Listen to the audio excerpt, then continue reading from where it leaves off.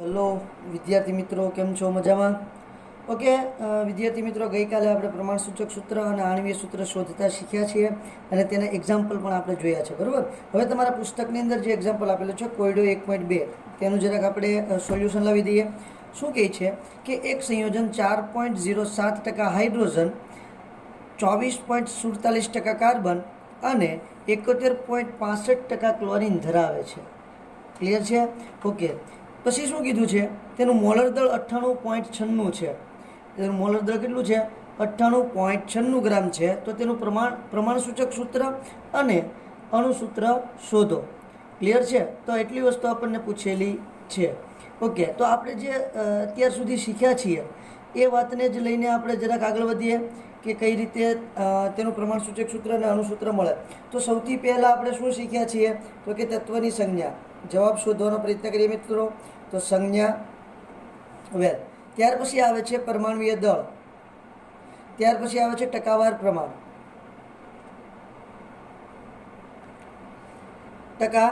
ત્યાર પછી આવે છે સરસ મજાનો ગુણોત્તર આવે છે. કોનો ગુણોત્તર આવે છે?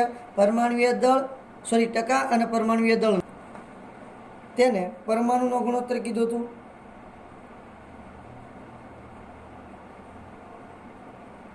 ત્યાર પછી આવ્યો તો સાદો ગુણોત્તર અને ત્યાર પછી પૂર્ણાંક સંખ્યા. ઓકે, ચલો. તો એટલી વાતો આપણે સરસ મજાની કરેલી હતી. તો સૌથી પહેલાં સંજ્ઞા લખી નાખું છું. તો 3 તત્વો છે. એક કોણ છે? હાઇડ્રોજન, કાર્બન અને ક્લોરીન. ઓકે, હાઇડ્રોજનની સંજ્ઞા શું થશે? H, કાર્બનની સંજ્ઞા C અને ક્લોરીનની Cl. પરમાણુય દળ હાઇડ્રોજનનું 1, કાર્બનનું કેટલું હોય છે? 12 અને ક્લોરીનનું 35.5. ઓકે, ટકાવાર પ્રમાણ હાઇડ્રોજનનું 4.07%, પછી કાર્બનનું આપેલું છે 24.47% અને 71.65%. ગુણોત્તર મેળવીએ તો શું કરવાનું છે? ટકા ભાગ્યા પરમાણુય દળ. તો અહીંયા 4.07 ભાગ્યા 1 બરાબર શું રહેશે? 4.07. ઓકે, ત્યાર પછી જુઓ 24.47 ભાગ્યા 12 કરો જોઈએ ભાગાકાર. તો કિંમત મળશે 2.04. ઓકે, 71.65 ભાગ્યા 35.5, તો ત્યાં કિંમત મળશે 2.01. બરાબર છે? તો આ તમને શું મળી ગયું છે? પરમાણુનો ગુણોત્તર મળ્યો. ઓકે, સાદો ગુણોત્તરમાં શું કરીએ? સૌથી નાની સંખ્યા કોણ છે? જુઓ મિત્રો, 2.01. 2.01 વડે આ બધાને ભાગી નાખો એટલે શું મળશે? 4.07 ભાગ્યા 2.01. ચલો, પછી 2.04 ભાગ્યા 2.01 અને 2.01 ભાગ્યા 2.01. ચલો, આવી કિંમત આપણને મળશે. તો અહીંયા તમે ભાગાકાર કરવા જશો તો કિંમત મળશે 2.02.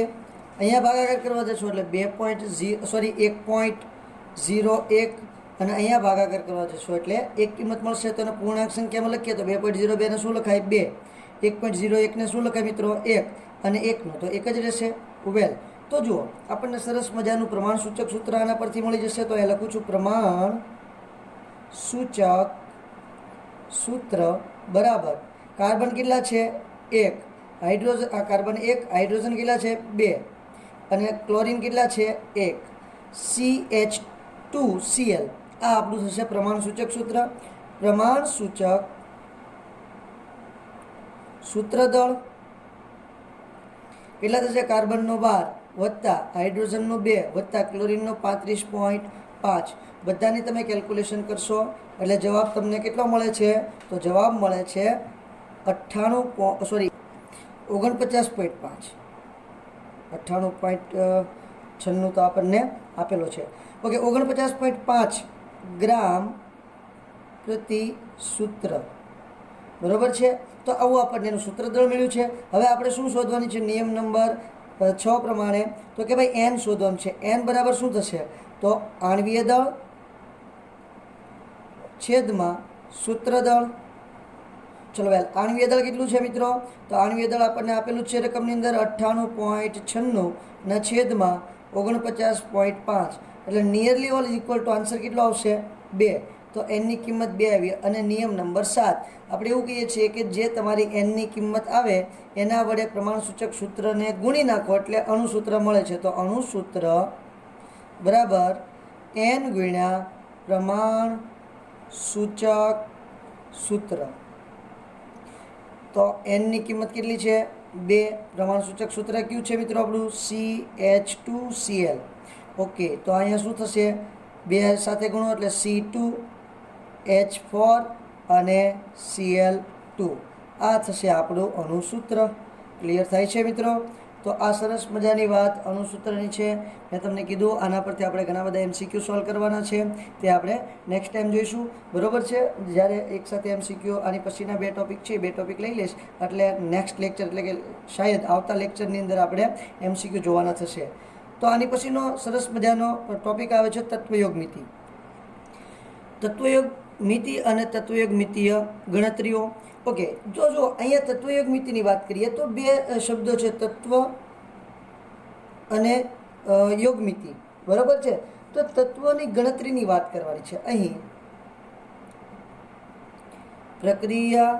પ્રક્રિયકો અને નિપજોમાં તત્વોની ગણતરી જોવાની છે. ક્લિયર છે? તત્વોની ગણતરીની વિશે આપણે સરસ મજાની વાતો કરવાની છે. ઓકે સર, કરીએ વાતો. તો જો આમાં ખાસ તત્વોની ગણતરી જોઈએ ને એ પહેલાં એક સરસ મજાનું જે પ્રક્રિયા લઉં છું, આ પ્રક્રિયા આપણે ખૂબ ઉપયોગી છે. અને બીજું, આના પરથી બહુ બધા MCQ અત્યાર સુધી પૂછાયેલા છે. આવતા લેક્ચરની અંદર હું તમને મિત્રો બતાવીશ કે કેટલા બધા MCQ આમાંથી પૂછાય છે. તો જો એક સરસ મજાની પ્રક્રિયા લઉં છું, મિથેનના દહનની CH4 ગેસ વત્તા O2 gas will gives CO2 gas plus 2H2O. આ પણ શું આવશે? તો કે સરસ મજાનું ગેસ લખી નાખું છું અહીંયા. હવે તમે જોશો તો જુઓ, આમાં તત્વોની બંને તરફ આપણે સરખામણી કરવાની છે. એને જ તત્વયોગ મિતિ કહેવાય. બરાબર? આમાં આપણે કહીએ ને એમ કે ભાઈ દળ સંચયના નિયમનું પણ પાલન થાય છે. તો એ ખાસ કરીને આ તત્વયોગ મિતિની અંદર આપણે જોવાનું હોય છે. અહીંયા કાર્બન કેટલા છે? 1. તો આ તરફ પણ કાર્બન કેટલા છે? 1. અહીંયા હાઇડ્રોજન જુઓ કેટલા છે? 4. તો અહીંયા 2 દુને 4. ક્લિયર છે? ઓક્સિજન 2 છે, જ્યારે અહીંયા કેટલા છે? ટોટલ 4 ઓક્સિજન છે, એટલે અહીંયા હું 2 મોલ કરી નાખીશ. ક્લિયર થાય છે? ઓકે, હવે આ પ્રક્રિયામાં તમે અહીંયા જોશો તો તમને ખ્યાલ આવશે કે G અને G મતલબ કે પ્રક્રિયકો બધા ગેસ સ્વરૂપમાં છે અને નિપજો પણ બધી કેવા સ્વરૂપમાં છે? ગેસ સ્વરૂપમાં છે. એટલે અહીંયા G લખ્યું છે. જો સોલિડ હોત તો S લખત અને લિક્વિડ હોત તો L લખી નાખત. તો આ સરસ મજાની તમને પ્રક્રિયા આપી છે.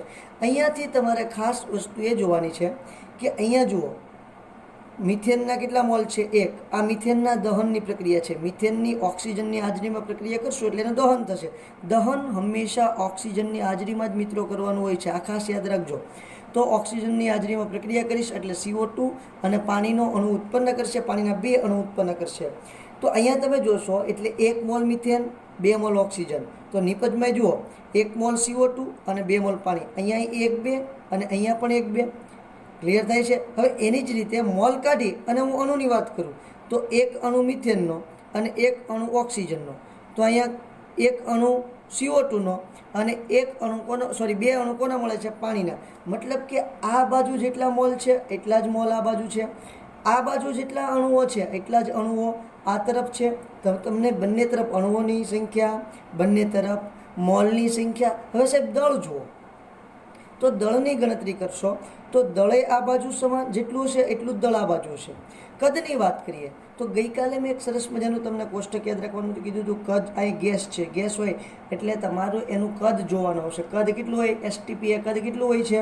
22.4 લીટર કદ હોય મિત્રો. કેટલું કદ હોય છે? 22.4 લીટર કદ. હવે જો આ 1 મોલ છે એટલે 22.4 લીટર. અહીંયા 2 મોલ છે તો 2 ગુણ્યા 22.4 લીટર. ઓકે, તો અહીંયા ટોટલ કદ કેટલું થયું? 3 ગુણ્યા 22.4 લીટર. હવે અહીંયા જુઓ 1 મોલ છે તો 22.4 લીટર, 2 છે તો 2 ગુણ્યા 22.4 લીટર. ટોટલ કદ કેટલું થયું? 3 ગુણ્યા 22.4 લીટર. તો બંને તરફ કદ મિત્રો કેવું થયું? સમાન. ક્લિયર થાય છે આખી વાત? તો આને કહેવાય તત્વયોગ મિતિ. તો બંને તરફ પ્રક્રિયકો બાજુ અને નિપજો બાજુ બંને તરફ અણુઓની સંખ્યા, કદ, દળ અને મોલ સંખ્યા સમાન જળવાતી હોય તો તત્વયોગ મિતિ જળવાય છે એવું આપણે કહી શકીએ. Is that clear? જો સમાન ન હોય તો તત્વયોગ મિતિ જળવાતી નથી. સીધી સાદી વાત. આના પરથી આપણે મિત્રો બહુ બધા MCQ જોવાના છે.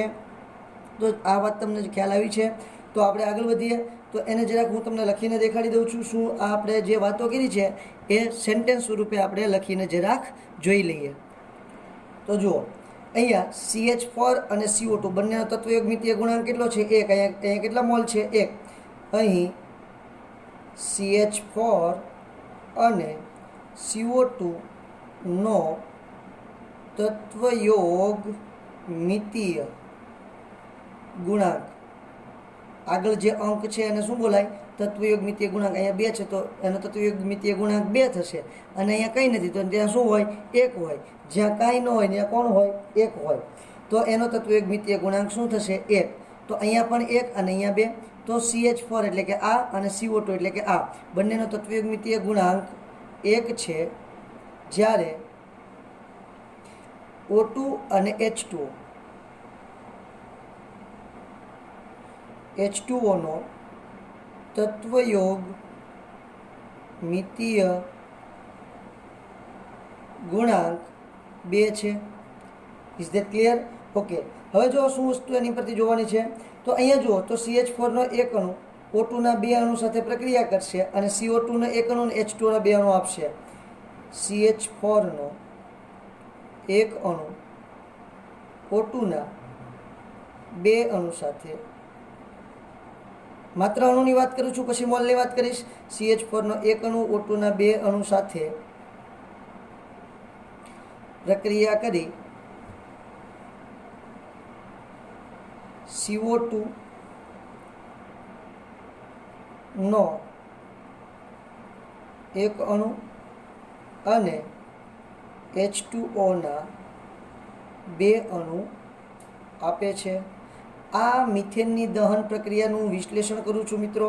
ત્યાર પછી CH4 ના 1 મોલ O2 ના 2 મોલ સાથે પ્રક્રિયા કરી CO2 ના 1 મોલ અને H2O ના 2 મોલ આપે છે. CO2 ના 1 મોલ અને H2O ના કેટલા મોલ આપે છે મિત્રો? 2 મોલ આપણને જોવા મળે છે. હજી આગળ વાત કરીએ તો જુઓ, ત્યાર પછીનો મુદ્દો શું કહે છે તો કે CH4 ના 22.7 લીટર O2 ના 2 ગુણ્યા 22.7 એટલે કેટલા થાય છે? 2 ગુણ્યા 22.7 એટલે 45.4 લીટર સાથે પ્રક્રિયા કરી CO2 ના 22.7 લીટર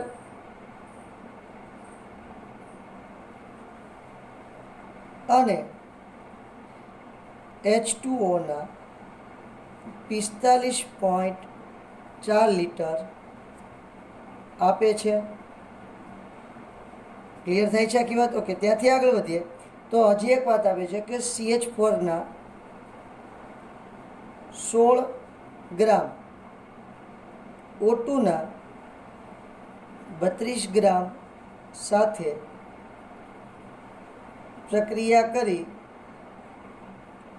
CO2 ના 44 ગ્રામ અને H2O ના 36 ગ્રામ આપે છે. 32 નહીં આવે, અહીંયા કેટલા ગ્રામ આવશે મિત્રો? 2 ગુણ્યા 32 એટલે 32 દૂને 64. અને અહીંયા 22.7 લીટર લખ્યું છે. શા માટે લખ્યું છે એ ચેપ્ટર નંબર આપણે 5 ની અંદર સમજશું.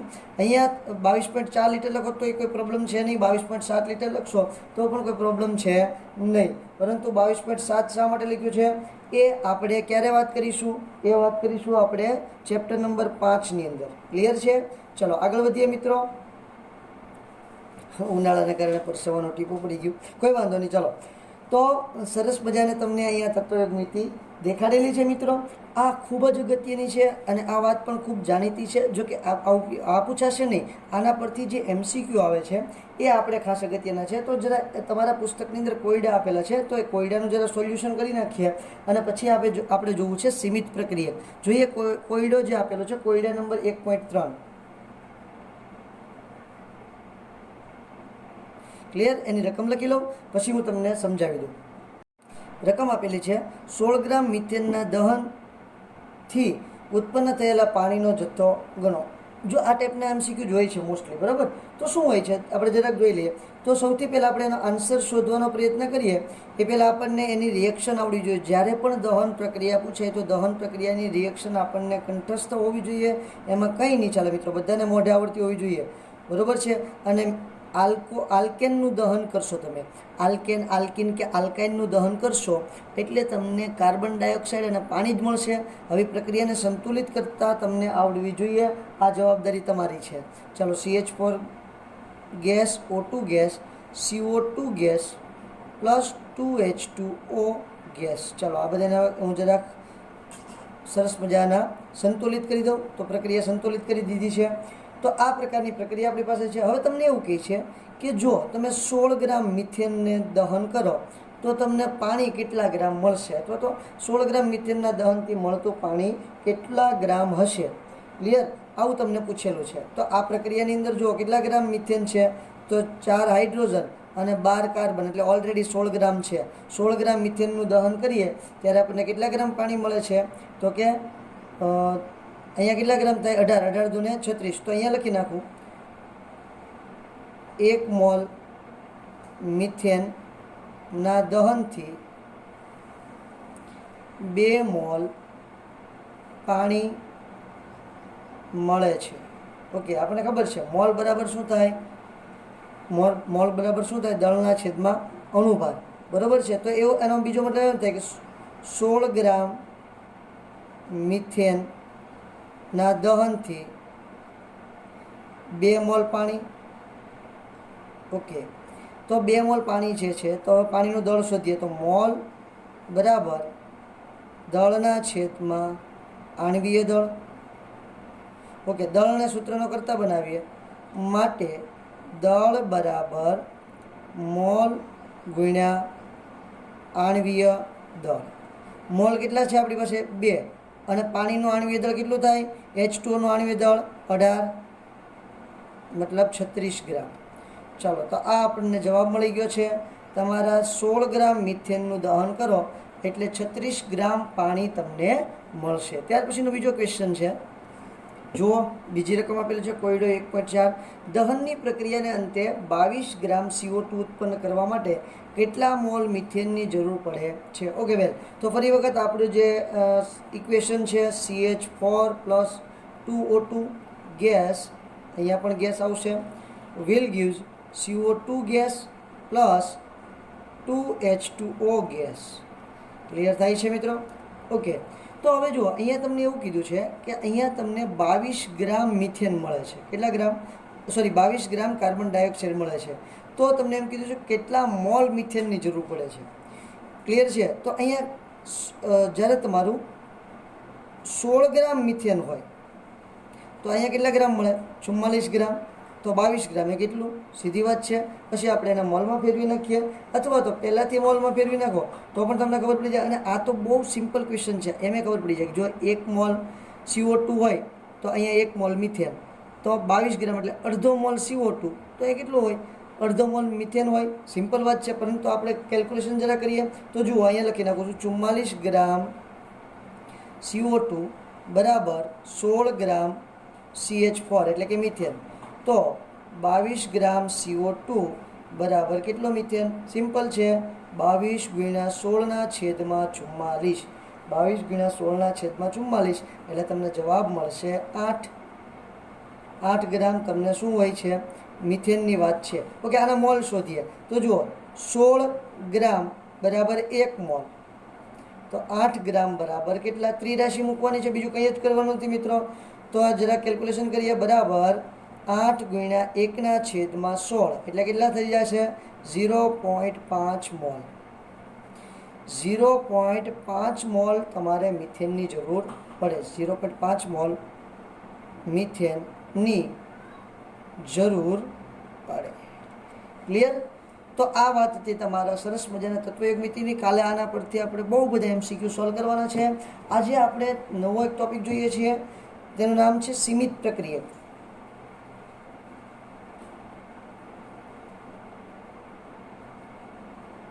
સીમિત પ્રક્રિયક એને ઇંગ્લિશમાં કહેવાય લિમિટિંગ રિએજન્ટ. અને ઇંગ્લિશમાં શું કહેશું આપણે? Limiting reagent. બહુ ઇન્ટરેસ્ટિંગ ટોપિક છે. અને આ ટોપિક જે છે ને એ આપણે, તમને ખ્યાલ હોય તો ગેલ્યુસેકના વાયુમય કદનો જ્યારે નિયમ ભણ્યા હતા, ગેલ્યુસેકનો વાયુમય કદનો નિયમ ભણ્યા હતા ત્યારે જોયું હતું આપણે કે H2 + O2 = H2O હતું. તો H2 આપણે 100 ml લીધું હતું, O2 50 ml લીધું હતું અને H2O 100 ml બનાવ્યું હતું. તો આપણે એ વખતે પ્રશ્ન એવો થાય કે 100 + 50 એટલે 150 ml H2O થવું જોઈએ, પણ સર તમે તો અહીંયા 100 ml જ લખ્યું છે. તો એનો જવાબ આપણને આ સીમિત પ્રક્રિયકમાંથી મળી જશે. ક્યાંથી મળી જશે? સીમિત પ્રક્રિયકમાંથી.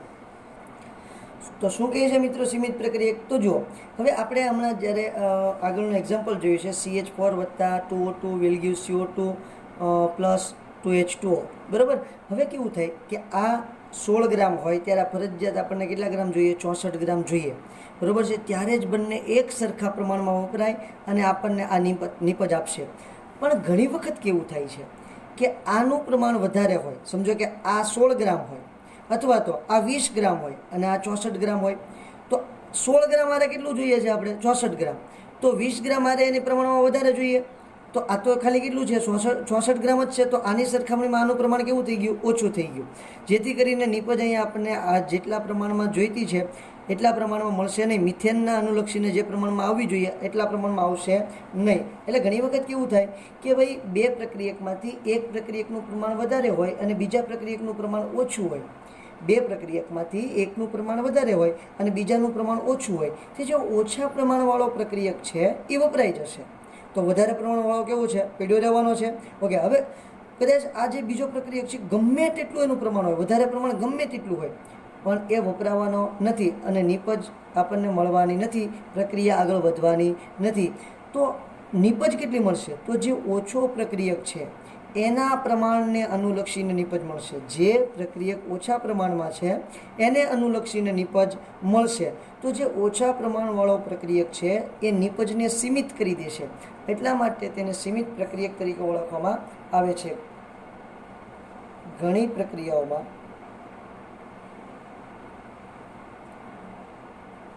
એક પ્રક્રિયકનું પ્રમાણ બીજા પ્રક્રિયક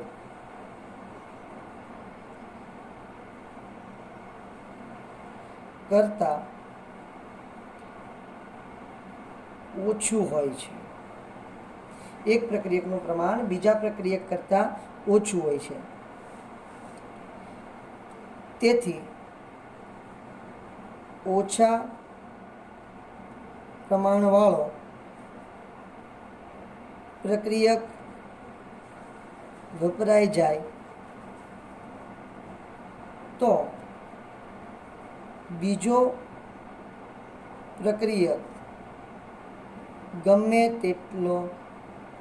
ગમે તેટલા પ્રમાણમાં હોય તો પણ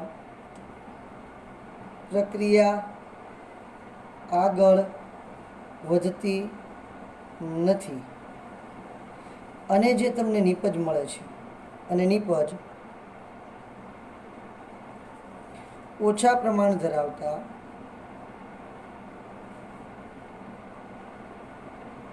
પ્રક્રિયકને અનુલક્ષીને મળે છે.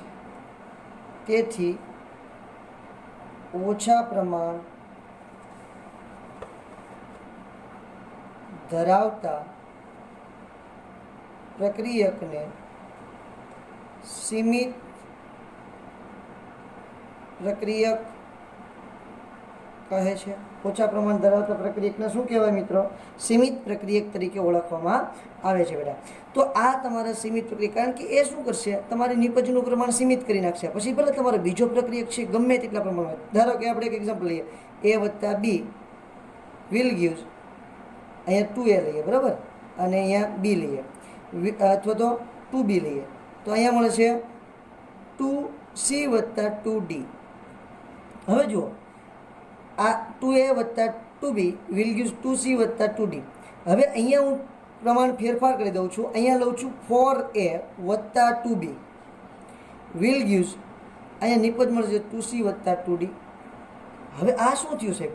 4a, અહીંયા જો 2 વત્તા 2 તો અહીંયા 2 વત્તા 2 આવવું જોઈએ, અહીંયા 4 વત્તા 2 તો ટોટલ 6 થયું ને, તો અહીંયા પણ શું આવવું જોઈએ?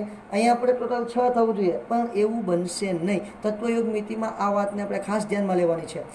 અહીંયા 2a સાથે 2b વપરાય છે, તો 2c અને 2d નિપજ મળે છે. તો જુઓ, અહીંયા 4a હોય તો અહીંયા પણ કેટલા હોવા જોઈએ? 4b ની જરૂર પડે છે, પણ આપણને કેટલા b આપેલા છે? 2b જ આપેલા છે.